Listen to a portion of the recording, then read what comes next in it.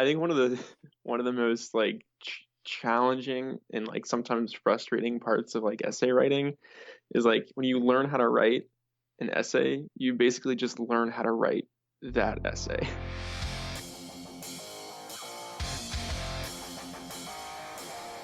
Stephen L. Moore, author of The Longer We Were There, a memoir of a part-time soldier, University of Georgia Press, is here to talk about things. But first, a word from our flagship sponsor, okay? Discover your story, man, with Bay Path University's fully online MFA in creative nonfiction writing. Recent graduate Christine Brooks recalls her experience with Bay Path's MFA faculty as being, quote, filled with positive reinforcement and commitment. They have a true passion and love for their work. It shines through with every comment, every edit, and every reading assignment. The instructors are available to answer questions, big and small, and it is obvious that their years of experience as writers and teachers have a faculty that I doubt can be beat anywhere, end quote. Don't just take her word for it, man. Apply now at baypath.edu/MFA. Classes begin January 21st. Well, it was Nelson Mandela who once said, "The greatest glory in living lies not in never falling, but in rising every time we riff."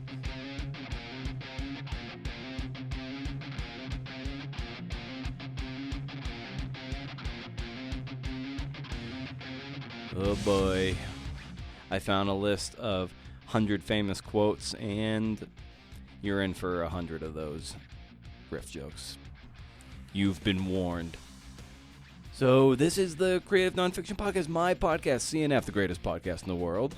I'm your host, Brendan O'Mara. Hey.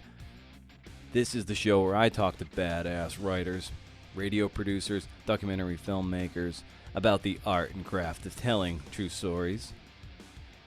Here we are. How are you? How's it going? I was thinking today, I was looking over at my bookshelf, and something made me think of something that took place like 8 years ago or so. It made me think of how our 30s are a time of when things are supposed to be starting to happen. And I'm getting to the end of my 30s, and nothing has happened. Feels that way. I mean, it feels that way. Stalemate. It's kind of a stalemate feeling, and it's frustrating and demoralizing. You're up against that wall of, am I delusional to keep going, or am I just a late bloomer? Peers and certainly idols, they were moving the chains, man, in their 30s. At least it felt that way. I remember my early 30s. This new book came out called The Next Wave. It's on my shelf right here. It's a collection of a new generation of literary journalists. It's edited by Walt Harrington and Mike Sager. Mike Sager's been on the show, I believe, episode 95. To this day, have no business being part of such a great anthology. But I remember at the time being so angry with myself and the world that I wasn't doing the type of work that I wanted to do. Certainly, I wasn't doing the kind of work important enough to get noticed that time 8 or 7 or 8 years ago, whenever it was. And I was getting bitter because I didn't even know how this next wave even got the opportunities to ride that wave. I was on the beach, man, and didn't even know the wave was coming, and then it was gone. I remember at that time and feeling like that feeling further imprinted over the next few years of being on this escalator. But it was going down, right? And I was walking up. And with every step, I was staying in place. Or if I really sprinted, I might make it up 2 steps, but I'd slide back down, get tired, burned out, bitter, resentful. Meanwhile, peers, people I admired, around the same age, a little bit older, sometimes younger, were on the up escalator. And not only that, but climbing up. So that's how it felt. It felt like everyone was just creating this distance. And it was about this time that I decided to start this podcast, of course, to work through a lot of those charbroiled bitterness feelings. But now I'm almost 40, and I feel like I wasted my 30s. This time when we're supposed to start moving, when your career is trending in a direction that makes your 40s all the more exciting. Ever feel like you lost a decade of your life? That's what it feels like. Can't get it back. So what are you going to do about it? Today's show is also brought to you by sunk costs. A cost you can no longer recover. Sunk costs. Go on. Waste a decade. Anyway, Stephen Moore is here, and we met about a year ago. I was standing in line, an overflow crowd, to see my best friend, Elizabeth Russ. She's not really my best friend, but I like saying that. My real best friend is Bronwyn Dickey. She's not really my best friend either, but I like making things weird. I was in line to see Elizabeth, and I happened to be talking to her friend, and then this guy turns around because he recognized my voice and that I was from this Soggy Dog podcast that you listen to, and his name was Stephen Moore. Fast forward a year, and his memoir, The Longer We Were There, a memoir of a part-time soldier, published by University of Georgia Press, came out and won the AWP Award for Creative Nonfiction. It's an amazing book and one of my favorite memoirs of the year, right up there with The Honey Bus and The Recovering. In any case, Stephen is here to talk about his book and his writing and what it means when an essay is about to break. Oh yes, and this episode is also sponsored by this riff.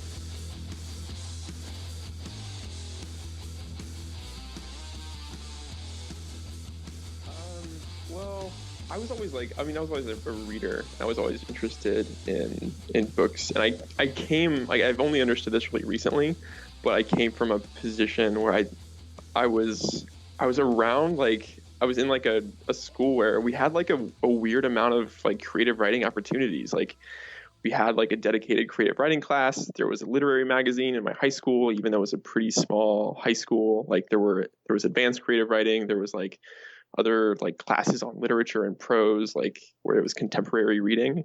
I had like kind of this space where I was like really encouraged to pursue it, which I've come to understand is like pretty special and pretty rare. And then like from there, I mean, I was trying to figure out what I wanted to keep studying. And that was the thing that I was really passionate about was books and reading and writing and being able to like communicate and express that way. And just by chance, I grew up half an hour from Iowa City. So like my National Guard, was there anyway. I wanted to study writing. It was really, it was a really straightforward decision. Like I went on a campus visit to the University of Northern Iowa just to like do one other school. And I talked to this academic advisor and she's like, what do you want to do?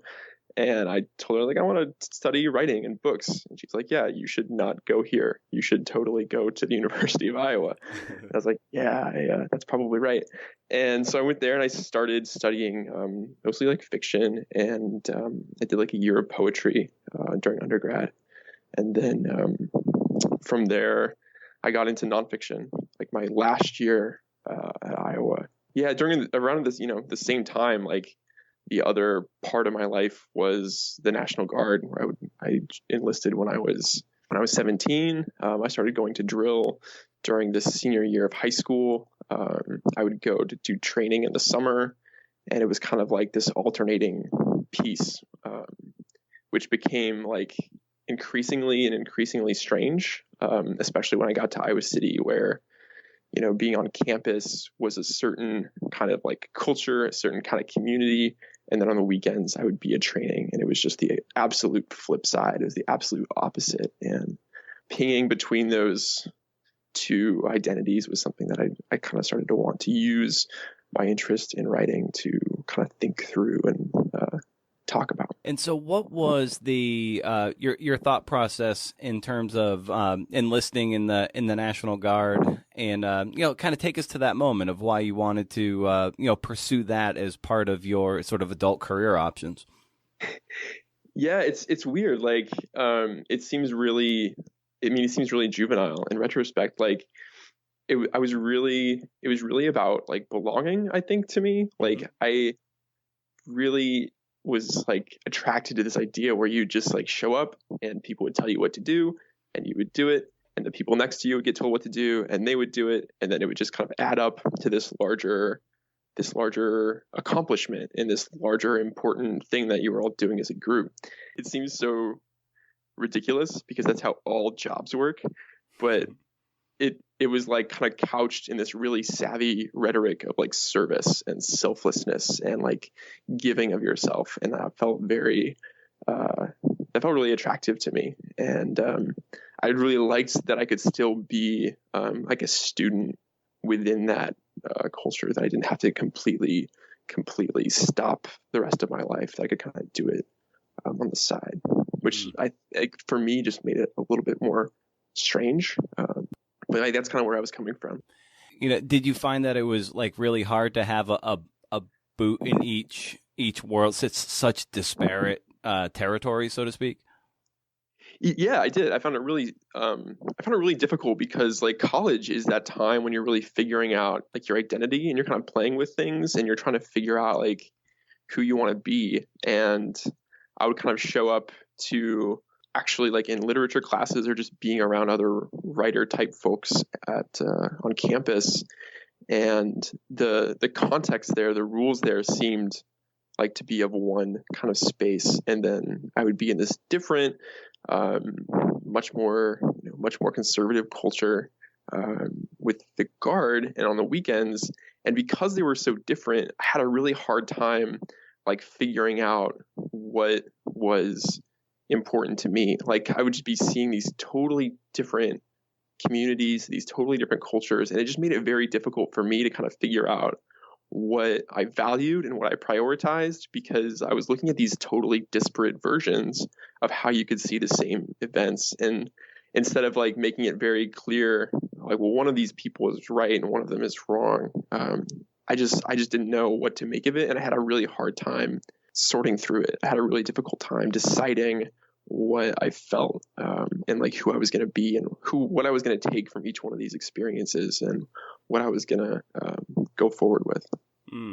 Yeah, it strikes me as something that it's got to be very kind of confusing in a way, because you want, like, if you're in one territory, you almost feel like, if you're, with your Guard unit, your mind is probably like, I kind of wish I was writing or reading. And then if in the other way, you like feel the burden of the other thing. So it must have been hard to just feel settled in one or the other.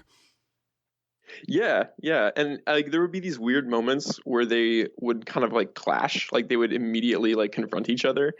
And like this isn't in the book, but I remember this like moment where I was on deployment. I think it was must have been in Logman province, and I had like some downtime, and I was reading John D'Agata's About a Mountain. And my lieutenant like walked by my bunk, and he's just like, "What the fuck are you reading?"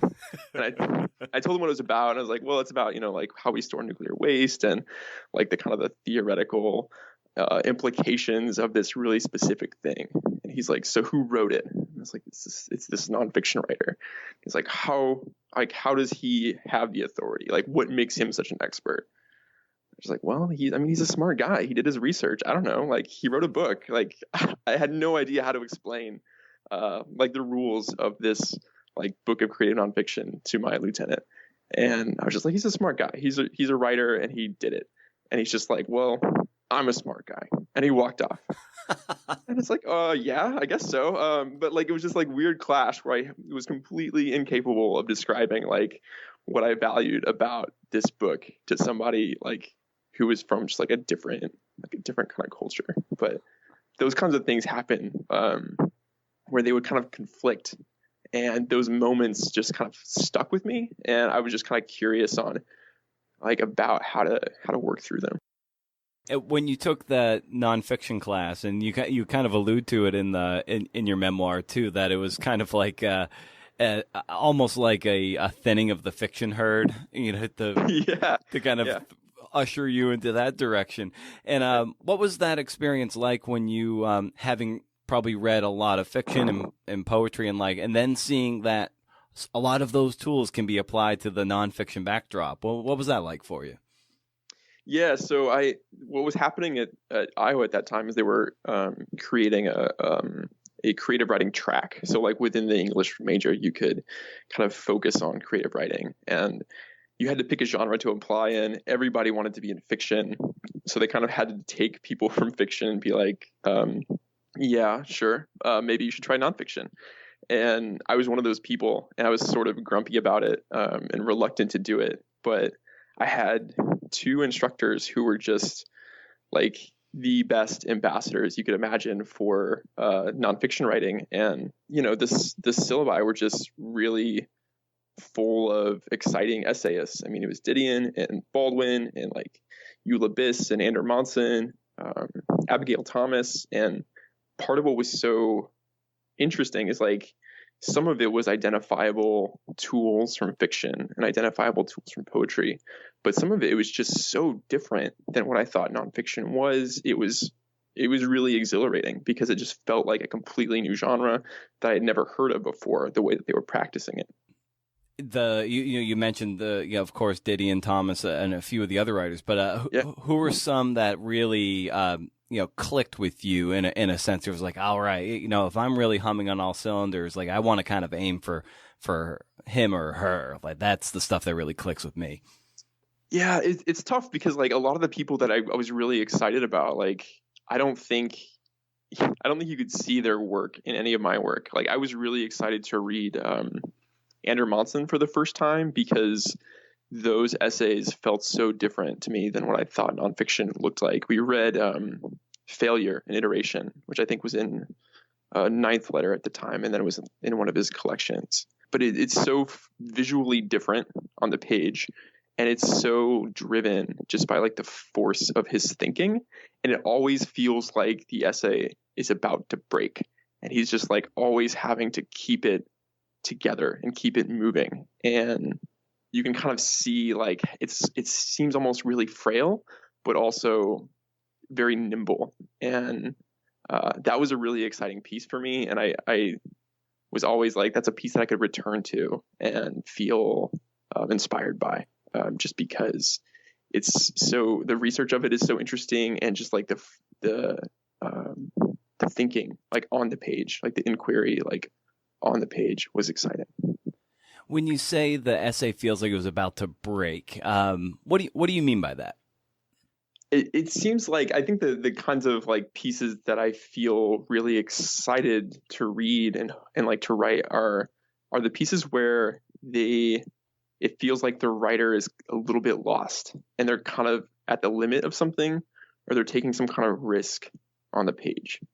And I think Monson is one of those writers who's doing that pretty frequently, really like pushing himself to like write a version of the essay that he doesn't know about yet. Like it's not like he's seen it and he's just trying to like follow a vision. At least it's the way that it's like seems to me, but that like he's actually like sincerely in the process of discovering the form and discovering the topic as it goes. It feels really alive. Does that make sense? Yeah, absolutely. Yeah, it's really it's great because I'm reading Elisa Gabbert's The Word Pretty, and I'm going to be speaking to her in a couple hours after you. And there's just there's the reading, like for me, reading how writers read and approach reading has been really kind of interesting to me, because I wonder how writers can read so in depth, and I wonder how fast that process is, or if they really are like laboring over a sentence, how often it takes to reread an essay or a book to really be able to drill down on a lot of these things that are so like insightful. And as someone, I can do about a book a week, and I feel like I'm having to hustle to even finish a book a week. So I'm like, how are these people like drilling down on getting to such great depth, the way you were able to just kind of unpack that essay that's about to break? I'm like, oh, I love hearing that process. I think it takes a long time. One of the examples that comes to mind is one of the like first essays, like in that first year of nonfiction, when I was like just being introduced to nonfiction, and it was just like absolute honeymoon period for a genre, is we were assigned Eula Biss's The Pain Scale. And I remember our class kind of arriving to class like before we were going to talk about it, and everybody just loved it. Like, as the way that I remember it, at least, is people were just really like electrified by how weird it was, how interesting it was, the range of the piece. And I think our instructor was kind of frustrated because once the conversation started, nobody knew what to say. Like, nobody knew how to analyze it or unpack it or interpret it. No one knew how it worked. It was just this like amazing document that BIS had created, but no one knew how to talk about it. And I think our instructor thought that like no one had read it, and we were just like kind of being meek because we hadn't done the homework. But it was just like we didn't know what to do with it. And so it was one of those pieces that I was very interested to return to over and over. And I remember later, like when I was teaching during grad school, I taught that essay. And one of the things that I tried to ask my students was like, what can this essay like not do? Like, what are the rules? And like, what would an essay look like if this piece broke those rules? One of my students was talking about like, I mean, that the essay brings in like hurricanes and God and just like it goes in all these directions. And one of my students was talking about like the essay couldn't describe something tactile. Like BIS couldn't write a paragraph where she's just describing an Oldsmobile. That would break the essay because it's too tactile, it's too physical, and it's too outside the self. It's too objective. The essay's kind of structure is about like being able to communicate pain, being able to communicate something that's very, very interior. And if she just started talking about an exterior thing that two people could both see, it would break the essay. And I was so glad that one of my students figured it out because I hadn't figured it out at all. It was a totally sincere question. And that was like years later, whereas like one of my students like helped me see like what was so cool about that piece.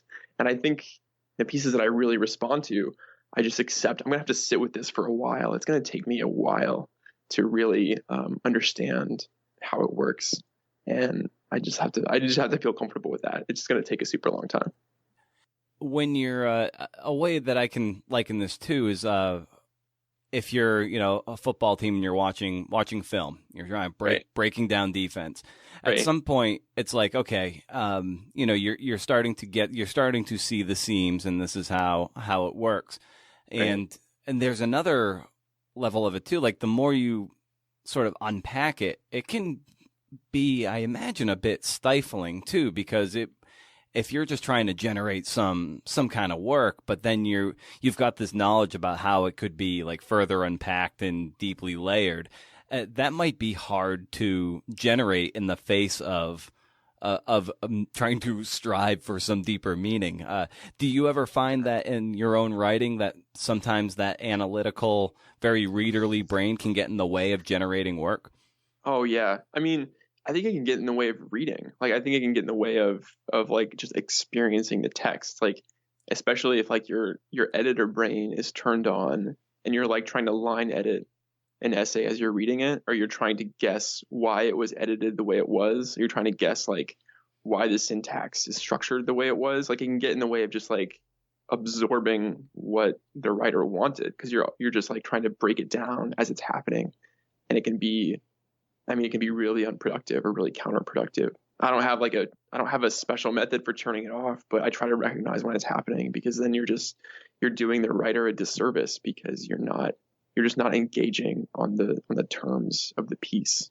But yeah, I think it's difficult. I think you have to try to separate it into like experiencing the art for the first time on its own terms, and then trying to be able to go back and approach it and say, okay, I'm going to put on my other hat, and now I'm going to study it, and now I'm going to try to figure out the mechanics of it and figure out how they made it.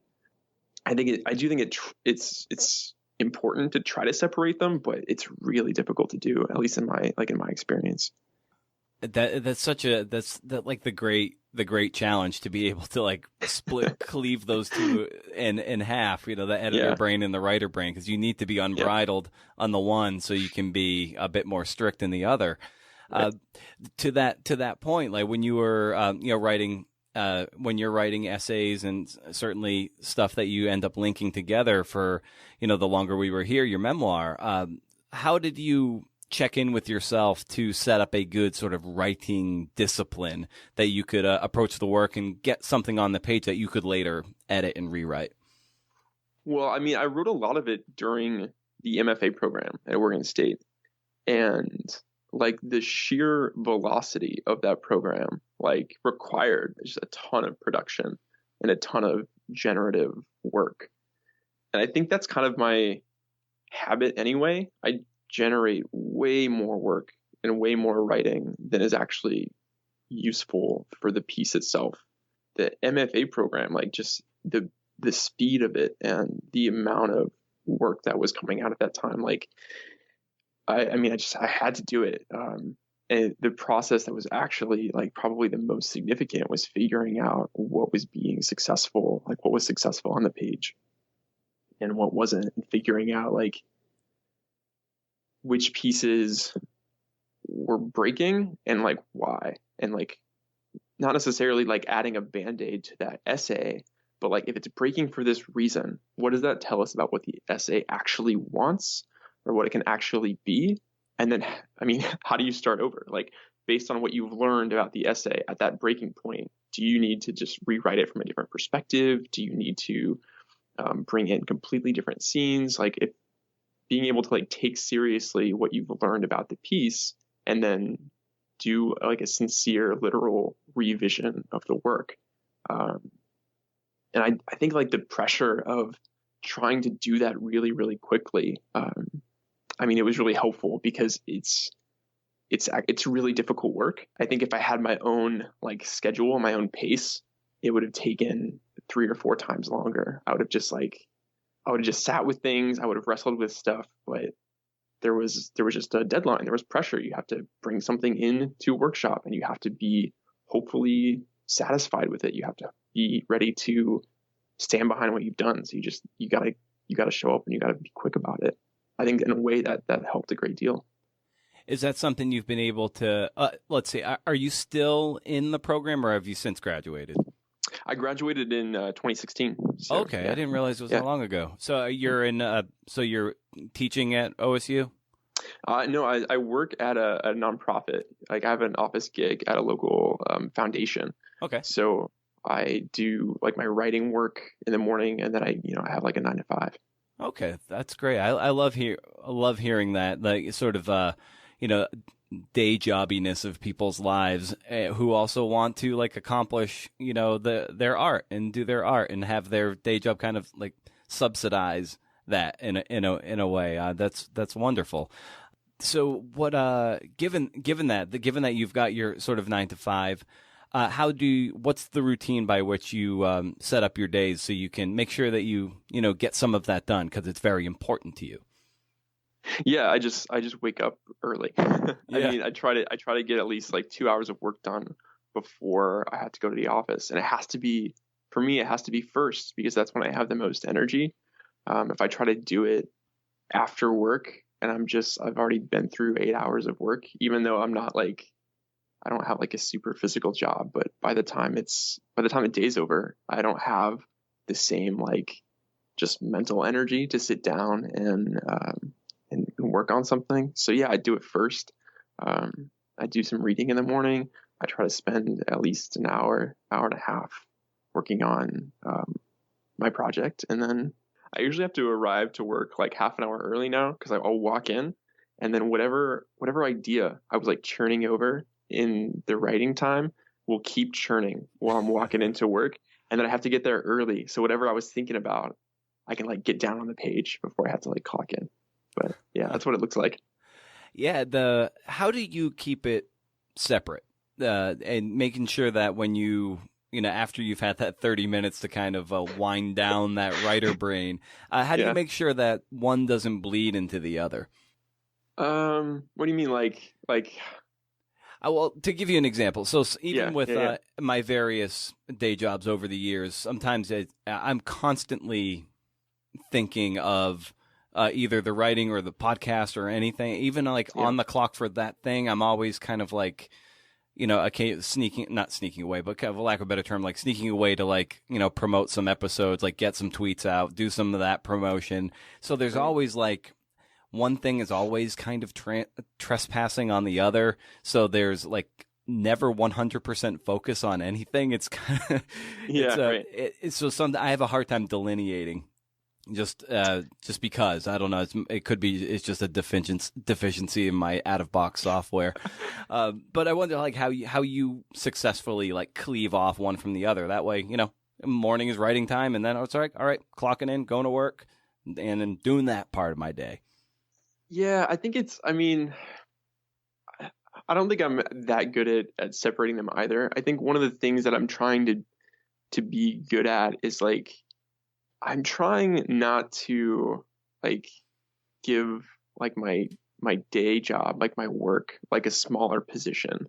I don't want to just like think to myself like, well, this is the less important stuff. The thing that actually matters to me is writing, and this is the other stuff that I have to do to get paid. Like I want to bring as much of myself as I can to like the work that I'm doing. Like mostly because like in the nonprofit work that I have, I do have an opportunity to learn a lot about my community and be kind of involved in my community. And I want to take that just as seriously, and I want to give it just as much of a sincere effort as I would to my writing work, even though they're separate kinds of things. When I first got back from deployment, like my wife and I moved out to San Francisco, and I took this office job, and it was just kind of boring and drab. And I had this attitude that like the thing that I'm doing in the morning between like 4 a.m. and 7, that's the important stuff, and that's who I really am.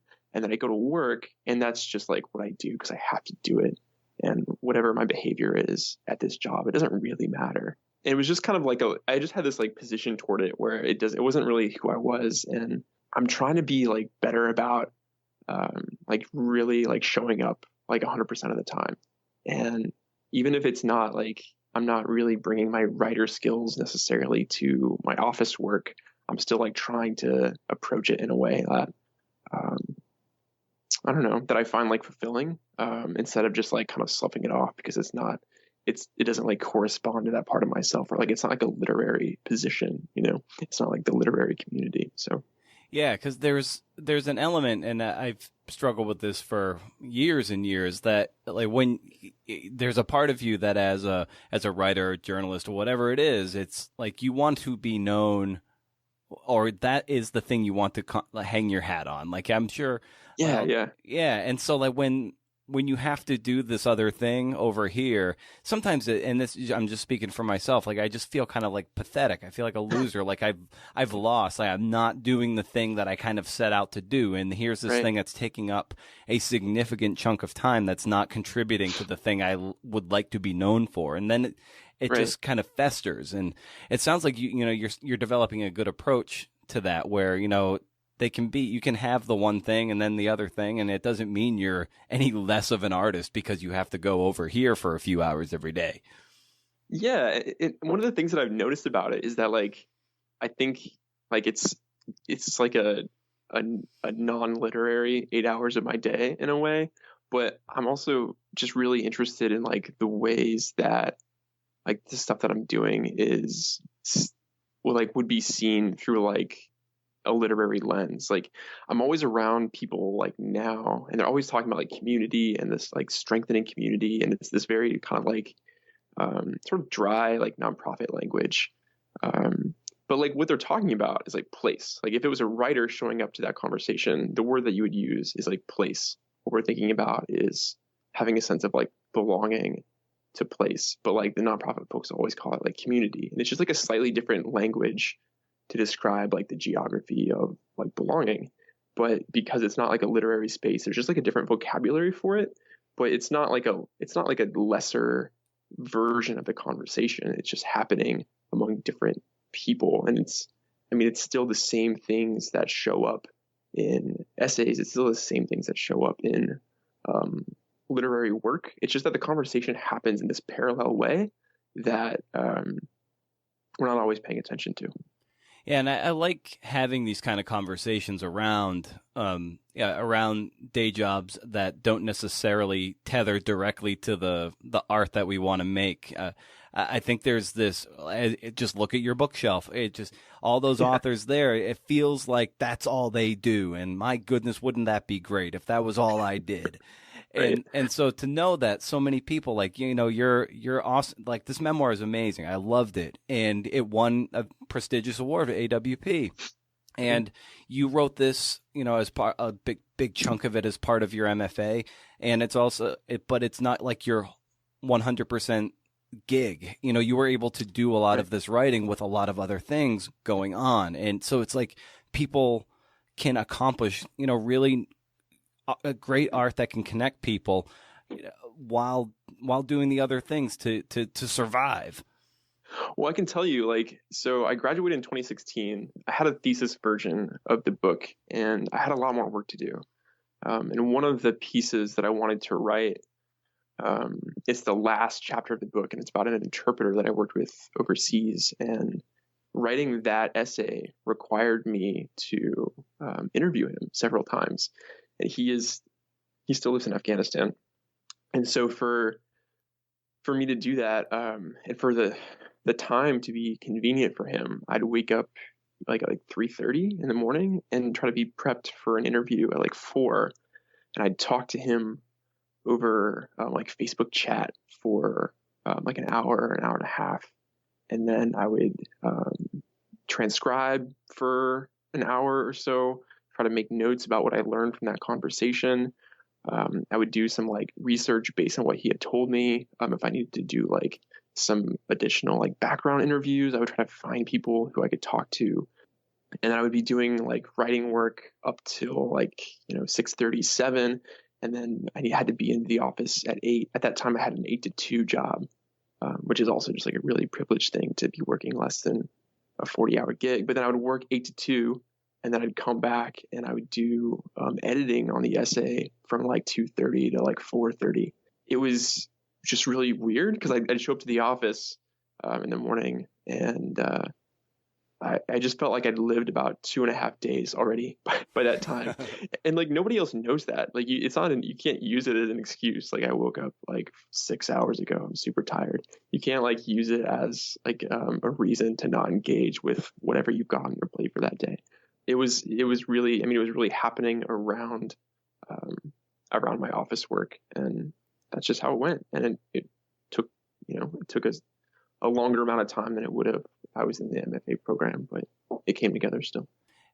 With this book, I love your writing style in this book. There's kind of a leanness, sort of a Gen X kind of almost not like a detachment to it in a lot of ways. I just love the wit to your language. It's really lean, a lot of short sentences. And how did you approach this just from a technical writing point of view? Like how did that voice surface for how you wanted to tell your stories in this book?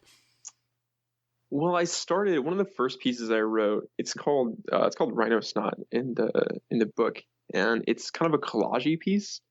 And I started writing just like a lot of really brief kind of vignettes and anecdotes.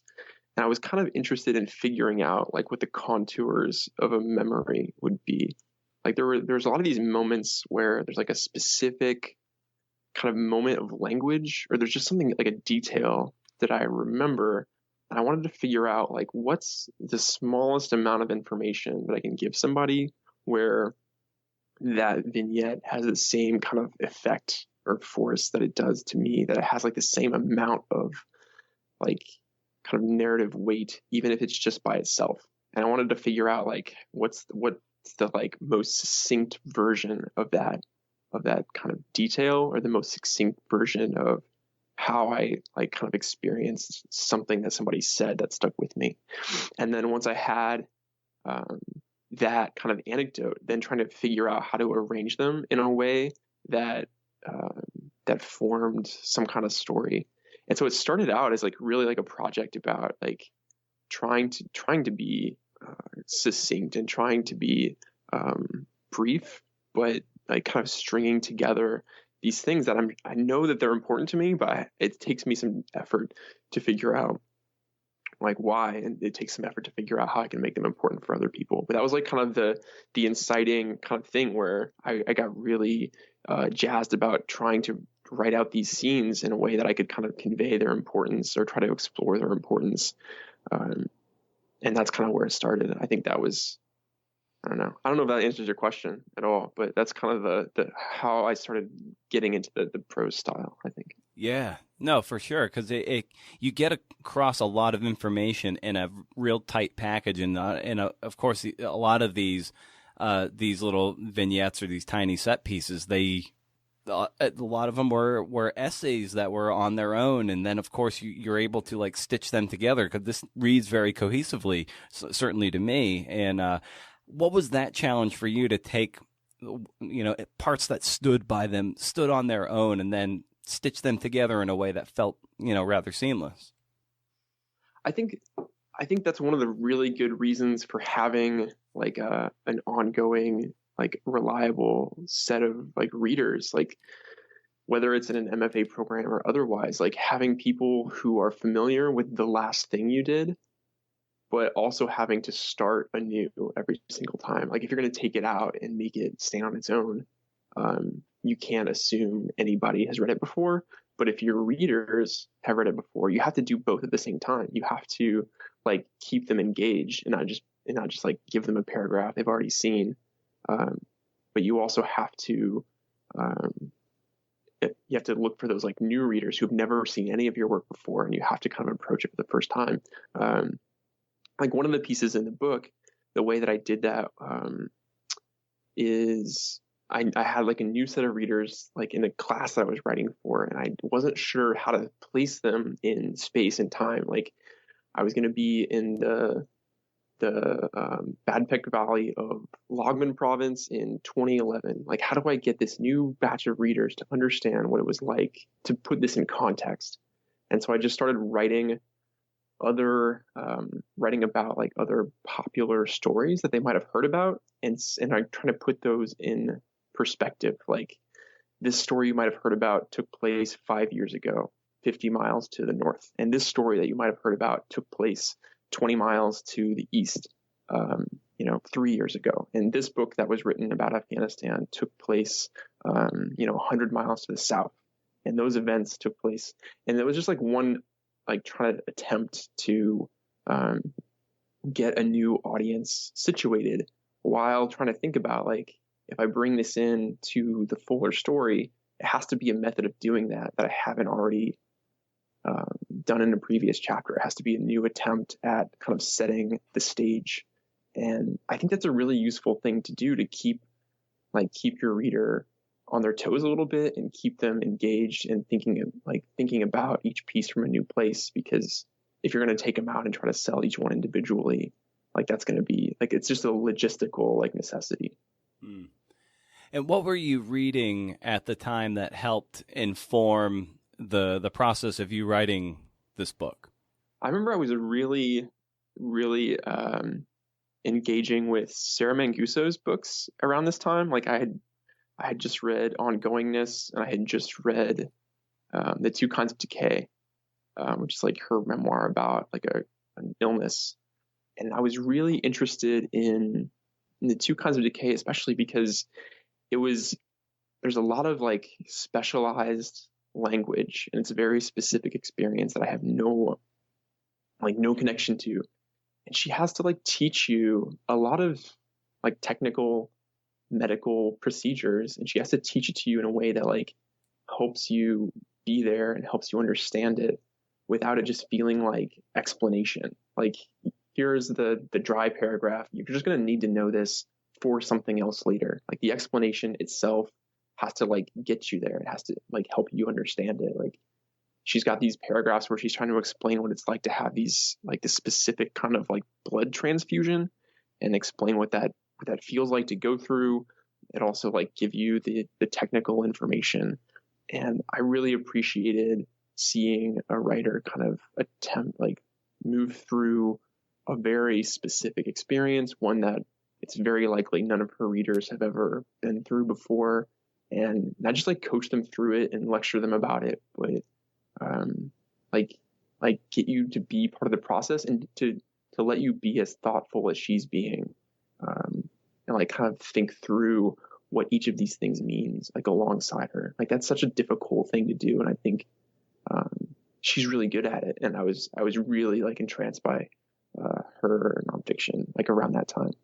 And as a writer, what do you feel like that you struggle with, and that things that you feel like you need to overcome, things you maybe wish you were better at, trying to like balance the musculature of your writing body, if you will? Oh God, so many things. I think one of the most like challenging and like sometimes frustrating parts of like essay writing is like when you learn how to write an essay, you basically just learn how to write that essay. And then you have to start over and you have to learn how to write the next essay by learning how to write like that next essay. And it's so hard to be responsive to the piece that you're on right now. Like I just feel like, well, I did this form one time, maybe this form will work again, and it doesn't. And you're like, well, I did this form one time, maybe I can just bring up this form to it and that'll work. And it really doesn't. Like you just like you want to take the stuff you've gotten good at and just like do it again. That's just not how it is. Like you have to be like really listening to what this new piece wants from you, and then you have to learn how to do that new thing. And I think that like it's such a time consuming skill that I feel kind of resistant to it, but I know it's the right thing to do. It's like the it'll end up being the most efficient way forward is if I just like make a genuine effort to like listen to this piece and figure out what it needs. But it's so hard. As a writer too, what given you're a few years removed from your MFA program, and you're of course several thousand words removed. You're of course progressing. What do you feel like you're better at now than you were say 5 years ago? Ooh, yeah. I don't know. I would love to have a long list of things. I think. I think I'm a little bit better at doing the research and doing some of the legwork and being prepared for like from an essayistic perspective, like figuring out what the trajectory of the idea is and trying to follow along with it instead of just like, well, what's a scene from my life that I've already been through that I could put here that might get the idea a little further. Like trying to open the aperture a little bit and decide like, well, maybe, if scene isn't the right thing, what's the document that I need to chase down, or like, what's the information I need to chase down? What's the history I need to read? Who do I need to talk to? I think I'm a little bit more open to that than I used to be. And I think it's because I have fewer deadlines to hit. So I can be a little bit more aggressive in my research. And I think I'm getting better at that. And I think I'm enjoying it more. I think like I'm getting more interested in research where like once I've got one document, I want to have all the documents. I want to keep like finding out so much, and it can be a little bit counterproductive, but I think I'm getting better at that, at like trying to go after the information. What has already been said about it? What does the conversation already look like? And then use that in a creative way in the piece. I hope I'm better at that at least. Yeah, that discovery and detective work is some of the most fun that I have too. It's just a blast to go into those documents and see what document informed that document, and then see what people are writing about that, and then start curating it, and then letting your own taste and your own talents, take it from there. It's really invigorating. Yeah, it is. It's one of those things. Like one of the writers at the book festival yesterday was talking about it, about like how who was it that mentioned this? Being so excited by the research and then having to do the more like sober editorial work of like deciding like, do you really need to show this to anybody? Like, is it actually relevant to the thing you're doing? I think it was maybe Peter Rock who mentioned it. Like, I found this document. Like, is it actually furthering the work that I claim that it's furthering, or am I just excited and I want to show it to people? I think that's the hard thing, because you just get so excited about the process, and it's hard to do the like kind of analytical work of what's the most important thing and how do I show it and how do I present it and how do I make it creative. With research too, it can be really, really easy to let research be a way of being like a productive procrastinator. Have you found a good balance of doing enough research where you feel confident to write, but not in such a way that you're like, well, I'll start writing if I can just find out a couple more things, and let that whole cycle perpetuate itself? Have you found a good balance?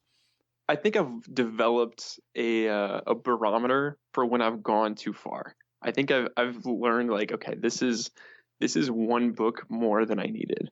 I think I've learned that what that feels like, rather than, instead of like saying this is maybe not the right book, I need to read three more. Maybe that's the problem. And just like thinking like, no, okay, I've got what I need. I'm really out here on the periphery. The most important stuff, I've read it, and I need to go forward with what I've got. I think I'm developing that barometer, but um, that's the hard thing, because you can always keep going. You can always imagine someone else wrote the perfect thing. Someone else wrote the perfect passage that I could respond to. The perfect detail is out there, and I just got to keep chasing it. And in the course of submitting various work to various places, and then I wonder, like, how have you dealt with the ubiquitous rejection that we all deal with? I mean, what's your approach around that? One of the things that I started doing is keeping a record of like positive feedback. Hmm.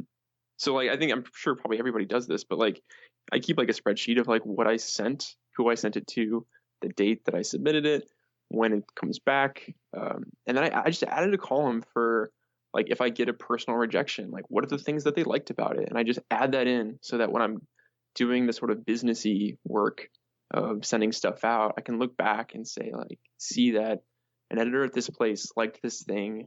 Even if the essay never made it anywhere, nobody took it, nobody like liked it enough to publish it. Here's two comments from an editor where they appreciated it and they just didn't have a spot for it. But here are the like specific things that they mentioned that were going well. And I've just tried to collect that information, so that I'm not just thinking that like I'm sending it out into the ether.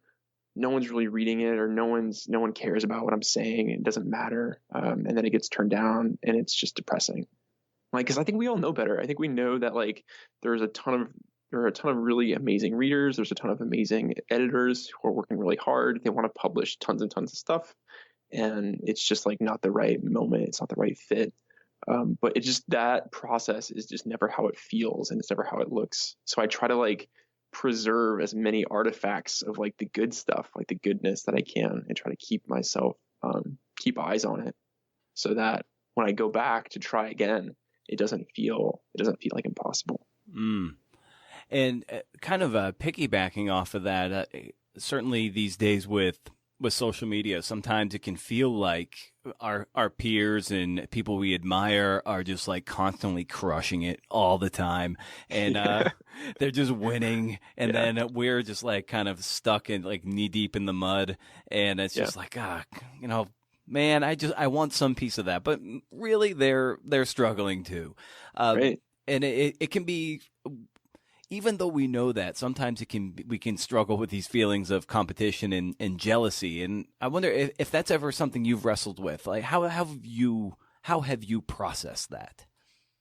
One of the ways that I think about it is like, if you see somebody who's just like on a hot streak, with like publishing, usually what that means is they did a ton of work a year ago, or like 9 months ago, or Right. 18 months ago.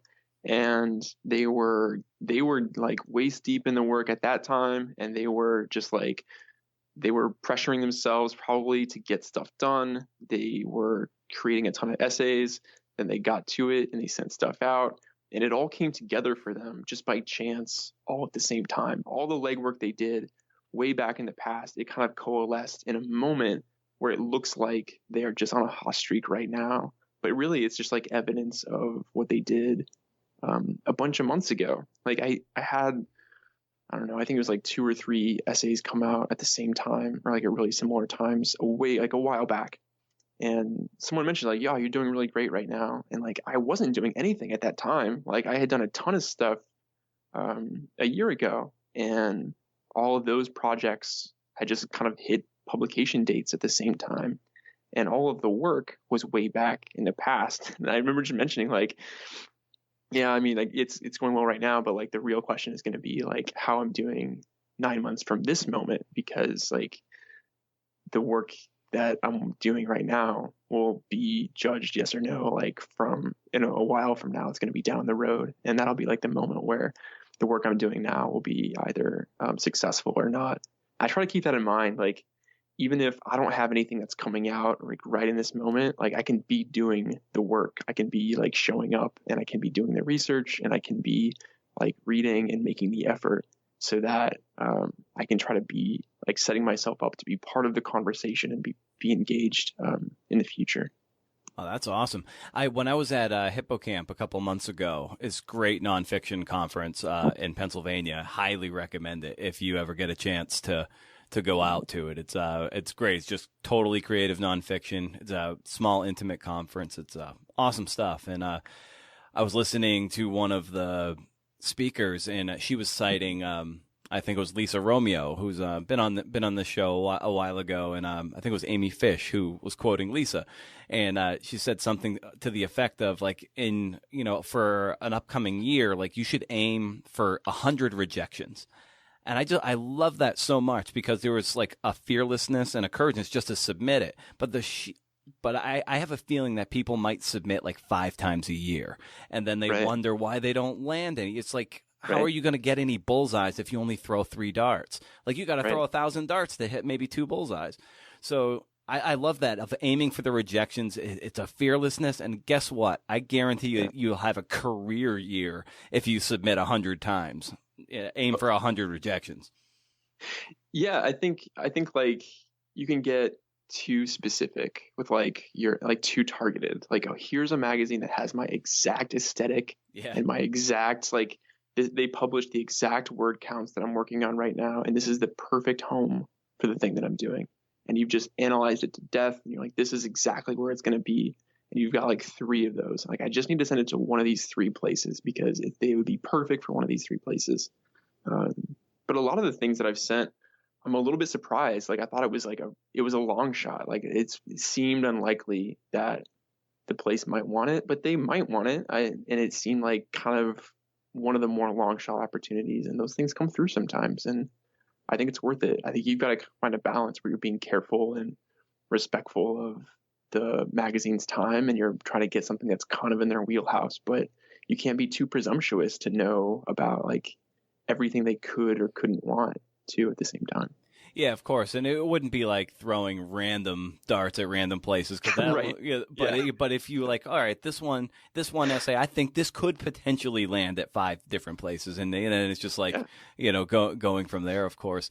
As we wind down here, Stephen, what is exciting you and bringing you to the page, every morning for those 2 hours before work? What's the juice in the tank right now that you're excited about to bring to your work? Yeah, I do have a project I'm working on. And I think the thing about it that is most compelling to me is that it always feels like I'm a little bit lost, but in like an exciting way. Like, that there are like things I don't understand, but I'm almost there. Like, I'm really close. And I think like there's like a balance between being kind of confused by a moment, or confused by a text, or like kind of frustrated by 2 things that don't quite make sense, and then just pushing on it and pushing through it, and trying to like either resolve them or figure out how they can kind of be in balance with each other. And those moments I think are really compelling, because it's just like you're always like almost there, and it just takes like a little bit more work, and then sometimes it comes through, and it's really rewarding. It's so exciting to learn that other people are also out there. Like, it's a solitary thing, but like you start talking to people, and like, yeah, I have to show up to this. This is my like passionate thing that I'm working on the side. This is like what I've got going. These are the irons I've got in the fire. I love learning what everybody's got kind of like moving, like the thing that they're trying to move forward. I love learning about that kind of stuff. Nice. Well, being, of course, mindful of your time, Stephen, this was great. I hope this is the first of many conversations we have. We're practically neighbors here. So I hope we're able to meet up again and have more of these conversations, recorded or unrecorded. So thank you so much for carving out the time, man. Yeah, I hope so too. I really, really appreciate it. It was good talking to you. good times were had by all because I said so. Thanks for listening. This show, as you know, was produced, edited, conducted, soup to nuts by your buddy Brendan. Hey, hey. Head over to brendanamaro.com. Hey, hey. For show notes and to sign up for that monthly reading list newsletter once a month. No spam. Can't beat it. You know, I hate it when hosts say thanks for listening and then you know they don't mean it. They're just like, hey, thanks for listening. It's like, you can tell they don't mean it. I mean it, man. Yeah. You. Thank you for listening. This show is for you. I hope I've made something worth sharing, so please consider linking up to the show across your various platforms. You are the social network, man. Subscribing is the best way to keep it chill. You know something? I feel like it's just us in that car in Wayne's World. There's like 5 of us, and we're headbanging to Queen. That's how I see this. Tag the show on Twitter and Instagram at CNFPod. And I'll jump in the fire with you. Devil horns, skulls, and fists. Might even get the Hetfield gif. You know who you are. Are we done? I think we're done. Yeah, let's get out of here. Because, you know, if you can do interviews. See ya!